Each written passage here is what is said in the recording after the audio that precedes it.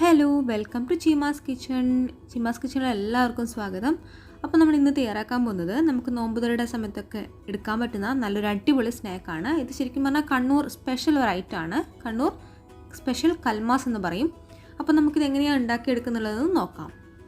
ഇതിനായിട്ട് ഞാനിവിടെ 2.5 കപ്പ് പത്തിരിപ്പൊടി എടുത്തിട്ടുണ്ട്. അതിലേക്ക് നമുക്ക് 1 കപ്പ് ഗ്രേറ്റഡ് കോക്കനട്ട് ചിരകിയ തേങ്ങ ചേർത്ത് കൊടുക്കാം. അതിൻ്റെ കൂടെ തന്നെ 1 ടീസ്പൂൺ പെരുംജീരകം പൊടിച്ചത്, അതുപോലെ തന്നെ 1 ടീസ്പൂൺ ഉപ്പ്, അതിൻ്റെ കൂടെ തന്നെ 1 ടീസ്പൂൺ ജീരകം. ഇവ എല്ലാം ചേർത്തതിന് ശേഷം നമുക്ക് ജസ്റ്റ് ഇതിനൊന്ന് മിക്സ് ചെയ്ത് കൊടുക്കാം. നല്ലോണം മിക്സ് ചെയ്തതിന് ശേഷം നമുക്കിതൊന്ന് വെള്ളം ചേർത്ത് നന്നായിട്ട് കുഴച്ചെടുക്കണം. ഇതിനായിട്ട് ഞാനിവിടെ വെള്ളം ചേർത്ത് കൊടുക്കുന്നുണ്ട്. നിങ്ങൾക്ക് ഈ ഒരു പരുവത്തിൽ കുഴയ്ക്കാൻ എത്ര വെള്ളമാണോ ആവശ്യം അത്രയും നിങ്ങൾക്ക് ചേർത്ത് കൊടുക്കാം. കാരണം പത്തിരിപ്പൊടി പല സ്ഥലത്തും പല തരത്തിലാണ് കിട്ടുക, അതുകൊണ്ടാണ്. അപ്പോൾ ഇത് കുഴച്ചെടുക്കാൻ ആവശ്യമായിട്ടുള്ള വെള്ളം ചേർത്ത് നന്നായിട്ട് ഇതിനൊന്ന് കുഴച്ചെടുക്കാം. നിങ്ങൾക്ക് വേണമെന്നുണ്ടെങ്കിൽ ഇതിൻ്റെ കൂടെ ചെറിയ ഉള്ളി കൂടെ ചേർത്ത് കൊടുക്കാം. അപ്പോൾ ഞാനിത് ചേർത്ത് കൊടുക്കുന്നില്ല. അപ്പോൾ നന്നായിട്ട് ഇതിനെ കുഴച്ച് വെച്ചതിന് ശേഷം ഒരു അരമണിക്കൂർ റെസ്റ്റ് ചെയ്യാൻ വെച്ച് കൊടുക്കണം. അപ്പം നമുക്കിതിനൊന്ന് അരമണിക്കൂർ റെസ്റ്റ് ചെയ്യാൻ വെച്ച് കൊടുക്കാം. ഈ ഒരു സമയം കൊണ്ട് നമുക്ക് നമ്മുടെ മസാല തയ്യാറാക്കണം. അതിനായിട്ട് ഞാനൊരു ചൂടായ പാനിലേക്ക് 3 ടേബിൾ സ്പൂൺ ഓയിൽ, കോക്കനട്ട് ഓയിലാണ് ഒഴിച്ചു കൊടുക്കുന്നുണ്ട്. നമ്മുടെ ഓയിൽ നല്ലോണം ചൂടായിട്ട് വരുന്ന സമയത്ത് നമുക്കിതിലേക്ക് ഉള്ളി ചേർത്ത് കൊടുക്കണം. ഞാനിവിടെ 2 ഉള്ളി ചെറുതായിട്ട് കട്ട് ചെയ്തത് ഇതിലേക്ക് ചേർത്ത് കൊടുക്കുന്നുണ്ട്. ഉള്ളി ചേർത്തതിന് ശേഷം ജസ്റ്റ് 1 മുതൽ 2 മിനിറ്റ് വരെ ഒന്ന് വഴറ്റി കൊടുക്കണം.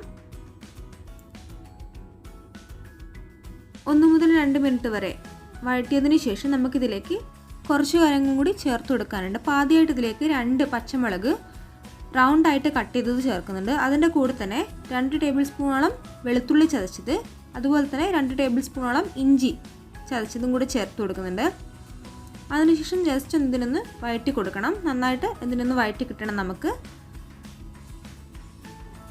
ഇനി ഇതിലേക്ക് നമുക്ക് ആവശ്യമായിട്ടുള്ള ഉപ്പ് 1.5 ടീസ്പൂൺ ചേർത്ത് കൊടുക്കുന്നുണ്ട്. അതുപോലെ തന്നെ നമുക്കിതിലേക്ക് കുറച്ച് കറി ലീഫും കൂടെ വേണം, അതും കൂടി ഒന്ന് ഇതിലേക്ക് ചേർത്ത് കൊടുക്കുകയാണ്. ഉപ്പും കറി ലീഫും ഇട്ടതിന് ശേഷം നല്ലോണം ഇതിനൊന്ന് വഴറ്റിയെടുക്കാം. ഉള്ളിയൊക്കെ ഒന്നൊരു ട്രാൻസ്പെറൻ്റ് ആവുന്ന സമയത്ത് നമുക്കിതിലേക്ക് പൊടികൾ ചേർത്ത് കൊടുക്കണം. ഇപ്പം നിങ്ങൾക്ക് കാണാം നമ്മുടെ ഉള്ളി നന്നായിട്ടൊന്ന് വെന്ത് കിട്ടിയിട്ടുണ്ട്. ഇനി നമുക്കിതിലേക്ക് ആവശ്യമായിട്ടുള്ള പൊടികൾ ചേർത്ത് കൊടുക്കണം.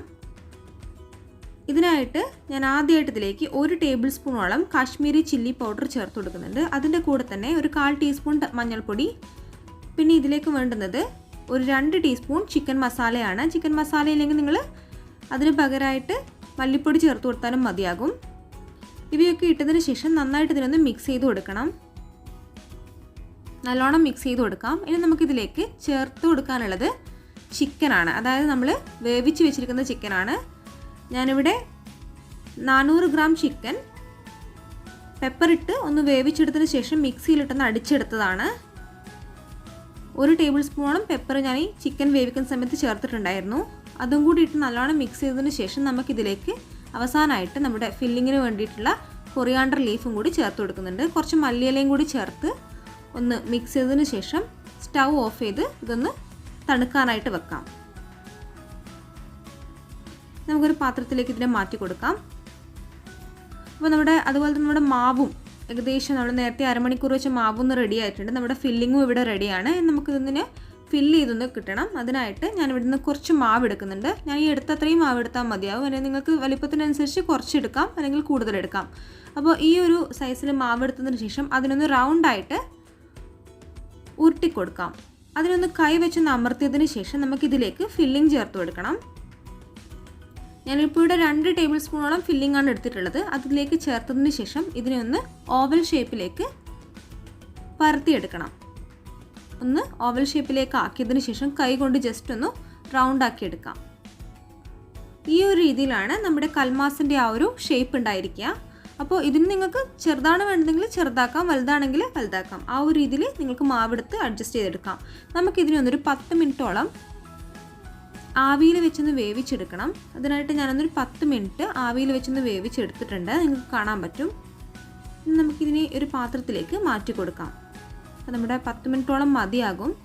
നല്ലോണം ഒന്ന് വെന്ത് കിട്ടിയിട്ടുണ്ട് സ്റ്റീമിൽ വെച്ചിട്ട്. അപ്പോൾ ഇനി നമുക്കിതിനൊരു പാത്രത്തിലേക്ക് മാറ്റിയതിന് ശേഷം അപ്പോൾ വേവിച്ചെടുത്തിട്ടുള്ള കൽമാസിനെ ഞാനൊരു പാത്രത്തിലേക്ക് മാറ്റി കൊടുക്കുകയാണ്. ഈ ഒരു സമയം കൊണ്ട് ഒരു ബൗളിലേക്ക് ഞാനിവിടെ 3 ടേബിൾ സ്പൂണോളം കാശ്മീരി ചില്ലി പൗഡർ ചേർത്ത് കൊടുക്കുന്നുണ്ട്. നമ്മുടെ മുളക് പൊടി ഇട്ടതിന് ശേഷം, കാശ്മീരി മുളക് പൊടി ഇട്ടതിന് ശേഷം നമുക്കിതിലേക്ക് വെള്ളം ഒഴിച്ചൊന്ന് മിക്സ് ചെയ്ത് കൊടുക്കണം. ഇതിലേക്ക് നമുക്കിനി കാണുന്നത് പോലെ വെള്ളം ഒഴിച്ചു കൊടുക്കാം. ഞാനിവിടെ 5 ടേബിൾ സ്പൂണോളം വെള്ളമാണ് ഒഴിച്ചു കൊടുത്തിരിക്കുന്നത്. അപ്പോൾ വെള്ളം ഒഴിച്ചതിന് ശേഷം നല്ലോണം ഇതിനൊന്ന് മിക്സ് ചെയ്ത് കൊടുക്കണം. ഈ ഒരു തരത്തിൽ നമുക്ക് കിട്ടണം. ഈ ഒരു പരുവത്തിലാവുന്നത്രയും വെള്ളം ഒഴിച്ച് ഇതിനൊന്ന് മിക്സ് ചെയ്ത് കൊടുക്കാം. ഇനി നമുക്ക് നമ്മുടെ വേവിച്ച് വെച്ച കൽമാസിന് ഇതിലേക്കൊന്ന് മുക്കിയതിന് ശേഷം, ഒന്ന് ഡിപ്പ് ചെയ്തെടുത്തതിന് ശേഷം നമുക്ക് ഒന്ന് ഓയിൽ വെച്ചൊന്ന് വറുത്തെടുക്കണം. ഇത്രയും ഓയിൽ ചേർത്താൽ മതിയാവും. ഞാനിവിടെ ഒരു 3 ടേബിൾ സ്പൂണോളം ഓയിൽ മാത്രമേ ചേർത്ത് കൊടുത്തിട്ടുള്ളൂ. അത്രയും ചേർത്തതിന് ശേഷം നമുക്കിതിലേക്ക് കൽമാസ് ഓരോന്നായിട്ട് നമ്മുടെ മുളക് പൊടി മിക്സിലേക്ക് ഡിപ്പ് ചെയ്തതിന് ശേഷം ഇതിലേക്ക് വെച്ച് കൊടുക്കാം. അപ്പോൾ ഓരോന്നും മുളക് പൊടിയും മുളക് വെള്ളത്തിലേക്ക് മിക്സ് ചെയ്തതിന് ശേഷം അതിലേക്കൊന്ന് ഡിപ്പ് ചെയ്തതിന് ശേഷം ഇതിലേക്ക് വെച്ചൊന്ന് ഫ്രൈ ചെയ്തെടുക്കണം. അപ്പോൾ നിങ്ങൾക്ക് കാണാൻ പറ്റും, ഇതിപ്പം 2 ഭാഗമായിട്ട് ഞാനിവിടെ ഫ്രൈ ചെയ്തെടുത്തിട്ടുണ്ട്. നന്നായിട്ട് വേവേണ്ട ആവശ്യമില്ല. ഓരോ ഭാഗവും ഒരു 3 മിനിറ്റിന് മാത്രം ഒന്ന് വേവിച്ചെടുത്താൽ മതിയാകും. അപ്പോൾ നമ്മുടെ കണ്ണൂർ സ്പെഷ്യൽ കൽമാസ് റെഡി ആയിട്ടുണ്ട്. അപ്പോൾ എല്ലാവരും ഇത് ട്രൈ ചെയ്ത് നോക്കണം. വളരെ എളുപ്പത്തിൽ ഉണ്ടാക്കാൻ പറ്റുന്ന നല്ലൊരു ടേസ്റ്റി ആയിട്ടുള്ള റെസിപ്പിയാണ്. അപ്പോൾ നോമ്പ് തുറക്കൊക്കെ എളുപ്പത്തിൽ തയ്യാറാക്കാൻ പറ്റുന്ന ഒരു അടിപൊളി റെസിപ്പിയാണ്. അപ്പോൾ എല്ലാവരും ട്രൈ ചെയ്ത് നോക്കണം. എല്ലാവരും സബ്സ്ക്രൈബ് ചെയ്യുക. അതുപോലെ തന്നെ എല്ലാവരും ഇതൊന്ന് ഉണ്ടാക്കി നോക്കാൻ മറക്കരുത്.